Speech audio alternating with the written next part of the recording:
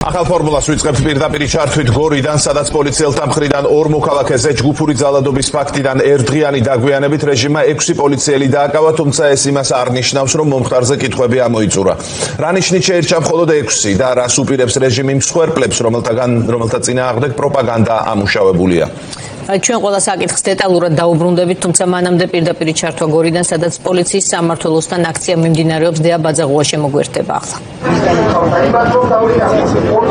დიახ, გორის რაიონულ სამმართველოსთან ამ წუთებში მიმდინარეობს მოქალაქეების საპროტესტო აქცია, რათა გააპროტესტონ ის სასტიკი ძალადობა, რომელიც გუშინ გორში ეგრეთ წოდებულ კომბინატის დასახლებაში განხორციელდა ორ მოქალაქეზე და ამჟამად დაზარალებულის ნაცვლად თავად არის ბრალდებული პაპუნა ლოცულაშვილი, რომელსაც სასტიკად გაუსწორდნენ, როგორც იცით, მასზე გუშინ აღიძრა საქმე სისხლის სამართლის წესით, ოფიციალურად არ აქვს ბრალი წარდგენილი, თუმცა საქმე ჯერჯერობით არ არის შეწყვეტილი, რასაც ადვოკატები აფასებენ როგორც ირონიულს. მე ვეცდები, რომ ახლა აქ ადგილზე არსებული ვითარება გაჩვენოთ. თბილისიდან არიან ჩამოსულები როგორც აქტივისტები, ასევე პოლიტიკოსები, ადამიანები, რიგითი მოქალაქეები არიან აქ მოსულები, როგორც თბილისიდან, ასევე გორიდან.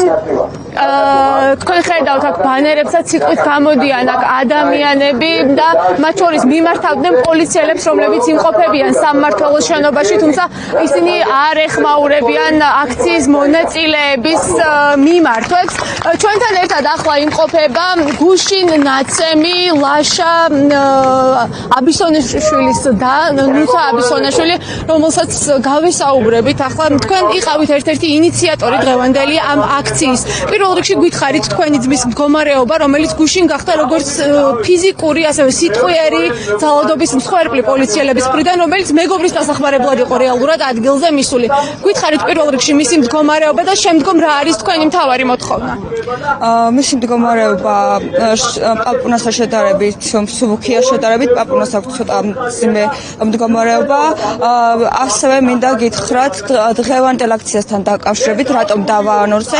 იმიტომ დავაანონსე ეს აქცია, რომ მინდა რომ ეს სიბოროტე, ის დანაშაული ამ ქვეყანაში მოკვდეს. იქნებ ეს სისტემა მიხვდეს, რომ უნდა ჩამოინგრეს საბოლოოდ და ეს ხალხი რომ გამოდის. უღრმეს მადლობა, აქედან კიდევ ერთხელ გეუბნებით ყველას უღრმეს მადლობას, რომ გვერდში დამიდექით და ამ აქციიდან გამომდინარე იმის იმედი მაქვს, რომ ობიექტური და სამართლიანი გამოძიება წარიმართება. დიდი მადლობა. ნუცა და გუშინ ნაცემი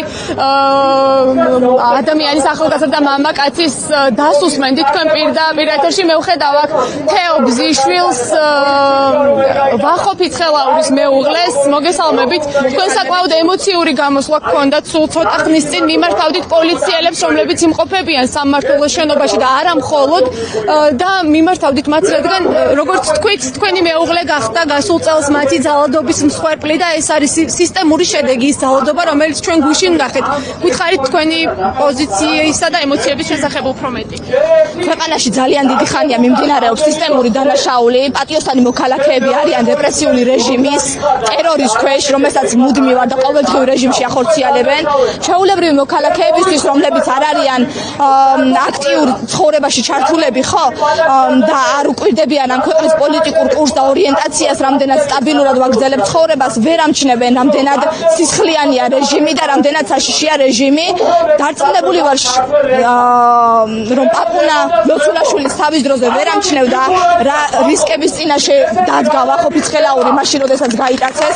ვერ ხვდებოდა მაშინ, რომ ვახო ფიცხელაურის სიცოცხლე საფრთხე ემუქრებოდა და დღეს სამწუხაროდ, ბოდიშვიხტის სამწუხაროდ და ხაზგასმით აღნიშნავ, რომ პაპუნა ლოცულაშვილი ზუსტად იგივე მდგომარეობაში არის ფიზიკურად მაინც ყოველ შემთხვევაში, რა მდგომარეობაშიც იყო ვახო ფიცხელაური. განსაკუთრებით თავის არეში უწყეს, დაამტვრიეს ნეკნები და მის სიცოცხლეს ემუქრებოდნენ მოსპობით.